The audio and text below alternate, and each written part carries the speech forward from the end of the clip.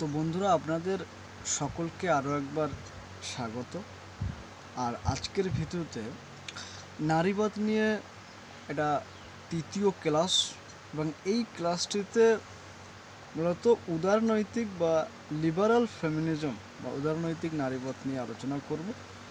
আর উদারনৈতিক নারীবাদের যে দৃষ্টিভঙ্গি, এটা তথ্যগতভাবে বা সুসংগঠিতভাবে প্রথম যে অভিব্যক্তি লক্ষ্য করা গিয়েছিল মেরি উলেস্টনক্রাফটের যে 1792 vindication of rights of women, যে বইটা উনি লিখছেন, vindication of the rights of women.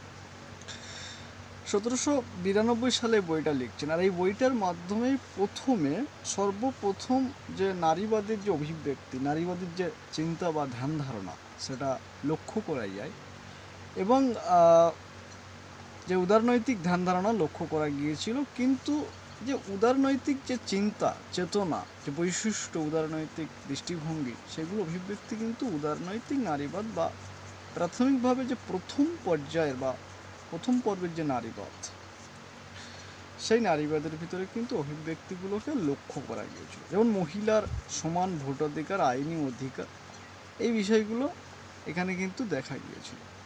এবং দ্বিতীয় পর্বের যে নারীবাদী দৃষ্টিভঙ্গি ছিল, সেখানেও কিন্তু এই উদারনৈতিক ধ্যান ধারণার কিছুটা হলেও প্রভাব কিন্তু লক্ষ্য করা গিয়েছিল। সেই সাথে সাথে এই যে প্রথম পর্যায়ে নারীবাদ, এটা কিন্তু ফেমিনিজমের যে বিকশিত প্রথম পর্ব নারীবাদের উদারনৈতিক ধ্যান ধারণার মূল্যবোধ দ্বারা কিন্তু প্রভাবিত হয়েছে। মেরি উলেস্টনক্রাফট কিন্তু মহিলাদের ভোটাধিকার ছিলই, এমনকি শিক্ষার অধিকার কিন্তু ছিল না। ভোটাধিকার তো ছিলই না, এবং শিক্ষার অধিকারও ছিল না। মেরি উলেস্টনক্রাফট এইগুলোর পক্ষে কিন্তু সওয়াল করেছিলেন। পরবর্তীতে আমরা যদি লক্ষ্য করি, উদারনৈতিক নারীবাদের যে প্রধানত সংস্কারমূলক প্রকৃতি ছিল, বিভিন্ন সংস্কারমূলক প্রকৃতি ছিল। এই উদারনৈতিক নারীবাদ ছিল সংস্কারমূলক প্রকৃতি। এবং এই শ্রেণী উদারনৈতিক জনজীবনের ক্ষেত্রসমূহ নারী পুরুষের মধ্যে কিন্তু সম প্রতিদ্বন্দ্বিতার কিন্তু পক্ষপাতী ছিলেন। এবং ব্যক্তিগত জীবনের ক্ষেত্রসমূহ পরিবারের মধ্যে ক্ষমতার অধিকারের বিন্যাস, লিঙ্গগত শ্রম বিভাজন প্রভৃতির ক্ষেত্রে কিন্তু তারা একটা সমতা আনার চেষ্টা করছে। তারা সব কিছু সমতা প্রতিষ্ঠার কিন্তু চেষ্টা করেছেন, বা সমতা প্রতিষ্ঠার কথা বলছে যে উদারনৈতিক যে দৃষ্টিভঙ্গি, নারীবাদী দৃষ্টিভঙ্গি। এবং উলেস্টনক্রাফট, যিনি সমাজবিজ্ঞানী, যুক্তি সম্পর্কে বলেছেন যে মানুষ হিসেবে পুরুষদের মতো মহিলারাও সমান অধিকার আর বিশেষ অধিকার পাওয়ার হকদার। মহিলাদের শিক্ষার অধিকারের কথা তিনি বলেছেন। রাজনৈতিক আর সামাজিক ক্ষেত্রে লিঙ্গগত পার্থক্য গুরুত্বহীন হয়ে পড়ে যদি তাদেরকে শিক্ষার অধিকার দেওয়া হয়। রাজনৈতিক আর সামাজিক ক্ষেত্রে তাদের যে এই যে লিঙ্গগত পার্থক্য রয়েছে, সেটা কিন্তু অনেকটা দূর হবে বলে মেরি উলেস্টনক্রাফট মনে করছেন। এবং তিনি মহিলাদের সমান ভোটাধিকার বা এই যে শিক্ষার অধিকার দেওয়ার পক্ষে কিন্তু তিনি বিশেষভাবে সওয়াল করছেন। এই সংক্রান্ত একই একটা আলোচনা কিন্তু করছেন ভ্যালেরি ব্রাইসন, তার একটি বই ফেমিনিজম। এবং অ্যান্ড্রু হেইডও একটা বই লিখছেন, যেটা পলিটিক্যাল আইডিওলজিস, যেখানে মেরি উলেস্টনক্রাফটকে সমর্থন করে তিনি বলছেন যে মেরি উলেস্টনক্রাফটস ফেমিনিজম ড্র আপন an enlightenment liberal believe in ration and a radical humanist commitment to equality. এবং ইংল্যান্ডের যে বিশিষ্ট উদারনৈতিক দার্শনিক বা রাষ্ট্র দার্শনিক জন স্টুয়ার্ট মিল এবং তার স্ত্রী হ্যারি ওয়েড টেলর, তিনি কিন্তু, যিনি পরবর্তীতে স্টুয়ার্ট মিলের স্ত্রী হন, এই হ্যারি ওয়েড টেলর, যে on the subjection of women বলে একটা গ্রন্থ লেখেন 1869 খ্রিস্টাব্দে, যেটা অনেক কম্পিটিটিভ এক্সামে এসেও থাকে। 1869 খ্রিস্টাব্দে একটা বই লিখছেন। এবং এই বইটিতে মিলের মত অনুসারে কিন্তু সমাজ যুক্তির ভিত্তিতে সংগঠিত হওয়া দরকার। সমাজ কিন্তু যুক্তির ভিত্তিতে সংগঠিত হয় না বলেই মহিলা তাদের অধিকার থেকে বঞ্চিত হয়। মহিলাদের অধিকারকে যদি দিতে হয় আমাদের, বা মহিলা অধিকার যদি রক্ষা করতে হয়, তাহলে অবশ্যই আমাদেরকে খেয়াল রাখতে হবে যুক্তির মাধ্যমে বা যুক্তির ভিত্তিতে সমাজ গঠিত হওয়াটা খুবই দরকার।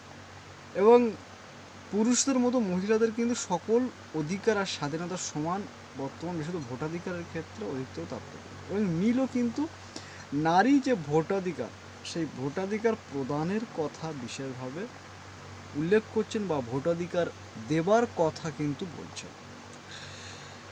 এবং বিশেষভাবে এখানে উদারনৈতিক নারীবাদ যদি বুঝতে হয়, বিশেষ করে মার্কিন সমাজে যে উদারনৈতিক নারীবাদী যে দৃষ্টিভঙ্গির বিকাশ ঘটেছিল, মার্কিন যুক্তরাষ্ট্রের যে নারীবাদের যে মহিলাদের স্বাধীনতা, আত্মপ্রকাশ, আনুষঙ্গিক অধিকার আর স্বাধীনতা সম্পর্কিত যে মার্কিন সমাজের অসাফল্যের যে কারণে উদারনৈতিক প্রতিবাদ হিসেবে আমেরিকায় কিন্তু দ্বিতীয় পর্যায়ের নারীবাদের কিন্তু সূত্রপাত ঘটেছিল। এবং এই সময় যে ঘর গৃহস্থালির দায় দায়িত্বের বন্দি জীবন থেকে মহিলাদের মুক্তি দিতে হবে, এই দাবি কিন্তু উঠেছিল। আর এই প্রসঙ্গে কিন্তু সবথেকে উল্লেখযোগ্য ভূমিকা নিয়েছেন কিন্তু বেট্টি ফ্রায়েডান। তিনি কিন্তু মহিলাদের কিন্তু সামাজিকীকরণের মাধ্যমে মহিলাদের মধ্যে প্রথিত হয়েছে যে বিশ্বাস, সেই বিশ্বাস যে তাদেরকে ঘরের বা পরিবারের মধ্যেই তাদের পূর্ণতা বর্তমান, এই জীবন থেকে কিন্তু মুক্তির কথা তিনি বলেছেন। এবং তিনি দেখিয়েছেন যে মার্কিন যে গৃহবধূরা তারা কিন্তু হতাশা এবং নৈরাশ্য তাদের মধ্যে বর্তমান, তাদের এই ঘরের ভিতর থেকে বা বহির্জগতের সাথে না মেশে তাদের এই মার্কিন যে সমাজের প্রতি তাদের একটা বিদ্বেষ বা একটা হতাশা কিন্তু বিশেষভাবে লক্ষ্য করা যাচ্ছে। এবং ফ্রায়েডান কিন্তু বলছেন যে প্রবলেম দ্যাট হ্যাজ নেম, ঠিক আছে, প্রবলেম দ্যাট হ্যাজ নেই, এই কথার মধ্যে ফ্রায়েডান কিন্তু বোঝাতে যাচ্ছেন যে বহু মহিলাকে গভীর হতাশা আর নৈরাজ্যের অভিজ্ঞতার কিন্তু শিকার হতে হচ্ছে, কারণ গৃহকর্মের চরিত্রের মধ্যে আবদ্ধ তাদেরকে থাকতে হচ্ছে। মানে গৃহ যে কর্ম, তার বাইরে কিন্তু তারা কোনো কাজকর্ম করতে পারছেন না। তো সেই কারণে তাদের ভিতরে একটা হতাশা আর নৈরাশ্যের কিন্তু সৃষ্টি হয়েছে। এবং তিনি কিন্তু হাল ছাড়ার পাত্রও ছিলেন না। এবং তিনি 1963 সালে দ্য ফিমেল মেসিকিউর নামে একটা গ্রন্থও কিন্তু লিখেছিলেন। এবং তিনি 1966 সালে, তার বইটা 1963 সালে, এবং 1966 সালে তিনি একটা সংগঠনও গড়েছিলেন, শ্রীমতী ফ্রায়েডান।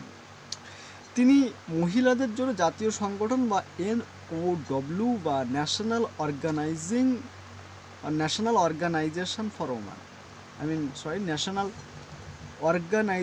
ফর ওম্যান বা NOW নামে একটা সংগঠন গড়ে তুলেছিলেন। একটা জাতীয় চাপ সৃষ্টিকারী গোষ্ঠী হিসেবে সংগঠনটি গড়ে তোলা হয়েছিল। এর উদ্দেশ্য ছিল যে বিদ্যমান যে রাজনৈতিক ব্যবস্থা আর রাজনৈতিক প্রক্রিয়ার মাধ্যমে লিঙ্গগত সাবেকি যে মতাদর্শ অসাম্য বৈষম্যের বিরুদ্ধে সংগ্রামকে সংগঠিত।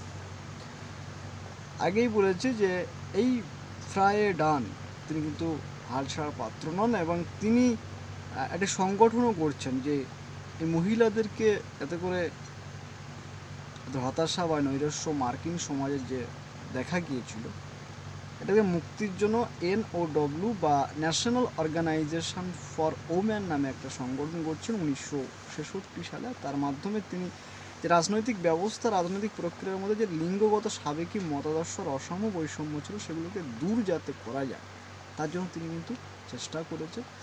দেখুন, এই যে উদারনৈতিক দৃষ্টিভঙ্গি বা উদারবাদী যে দৃষ্টিভঙ্গির সাথে ওতপ্রোতভাবে জড়িত এবং উদারনৈতিক দৃষ্টিভঙ্গিকে আশ্রয় করে যারা নারীবাদী আন্দোলনে সামিল হয়েছেন, তার ভিতরে উল্লেখযোগ্য একটি গ্রন্থ রিচার্ডস ও ওয়াকিন কিন্তু প্রকাশ করছেন, যেটা জেন্ডার জাস্টিস অ্যান্ড ফ্যামিলি শীর্ষক গ্রন্থ প্রকাশ হয়েছিল 1990 সালে। যে বইটা এই গ্রন্থটিতে রিচার্ড ও ওয়াকিন যে সন্তান প্রযত্নের ক্ষেত্রে সরকারি সহযোগিতার প্রয়োজনীয়তা, চাকরি নিয়োগের ক্ষেত্রে অধিকতর নমনীয় প্রক্রিয়া আর গৃহকর্মের ক্ষেত্রে নারী পুরুষ উভয়ের অংশগ্রহণের কথা বলতে হবে। এখানে কিন্তু খুব গুরুত্বপূর্ণ কিছু কথা এখানে বলা হচ্ছে, যেটা 1990 সালের জেন্ডার জাস্টিস অ্যান্ড ফ্যামিলি যে বইটা লিখছেন কে রিচার্ডস ও ওয়াকিন নামে দুজন ব্যক্তি। এবং তারা বলে সন্তান প্রজননের ক্ষেত্রে হোক বা এক্ষেত্রে সরকারি সহযোগিতা কিন্তু প্রয়োজন। এবং চাকরিতে নিয়োগের ক্ষেত্রে অধিকতর নমনীয়তার কথা বলেছেন, যে মহিলাদের ক্ষেত্রে এবং গৃহকর্মের ক্ষেত্রে নারী পুরুষের কিন্তু উভয়ের অংশগ্রহণের কথা এখানে তারা বলছেন। এছাড়া নাওমি উলফ, যিনি 1993 সালে একটা বই, তিনি 1993 সালে ফায়ার উইথ ফায়ার নামে একটা বই লিখছেন, এবং এই গ্রন্থের অনুযায়ী মহিলারা নিজেদের দুর্বল আর নির্যাতিতা হিসেবে দেখবে না। তিনি দাবি করছেন যে মহিলারা কিন্তু নিজেদের কিন্তু দুর্বল হিসেবে বা নির্যাতিত হিসেবে দেখবেন না, তারা ক্ষমতাযুক্ত নারীবাদ বা পাওয়ার ফেমিনিজমের অনুগামী করবে, এবং নিজেদের জীবনধারা নির্ধারণের বর্ণনায় মহিলারা অধিক স্বাধিকার প্রয়োগ করে সাফল্যের ব্যাপারে ভয়কে মহিলারা জয় করতে হবে। এবং এই যে মানে এতক্ষণ যে আলোচনাটা করছিলাম, যে আসলে উদারনৈতিক নারীবাদ, যে উদারবাদী যে দৃষ্টিভঙ্গি রয়েছে, সমান যে দিকগুলো, সেগুলো এখানে বিশেষভাবে ধরা বলেছে, যে গৃহকর্ম থেকে শুরু করে রাষ্ট্রীয় ক্ষেত্রে বা চাকরি বাকরি বিভিন্ন ক্ষেত্রে কিন্তু মহিলাদের সমান অধিকারের কথা বলা হচ্ছে। এবং গৃহকর্মেও তার স্বামী স্ত্রী বা পুরুষ মহিলার যে মানে সমানভাবে অংশগ্রহণের কথাও যেমন বলা হচ্ছে, সরকারি চাকরির ক্ষেত্রেও কিন্তু একটু নমনীয়তার কথাও বলা হচ্ছে।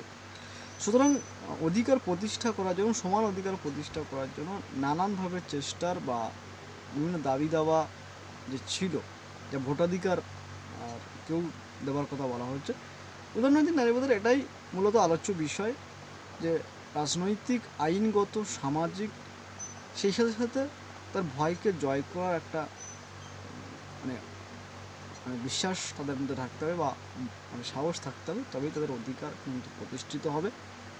তো যাই হোক, নারীবাদী দৃষ্টিভঙ্গি, উদারনৈতিক যে দৃষ্টিভঙ্গি, সেটা আলোচনাটা আজকে এখানেই শেষ করছি। পরবর্তী ভিডিওতে নারীবাদী দৃষ্টিভঙ্গির পরবর্তী যে অংশ রয়েছে সেটা কিন্তু আলোচনা করব।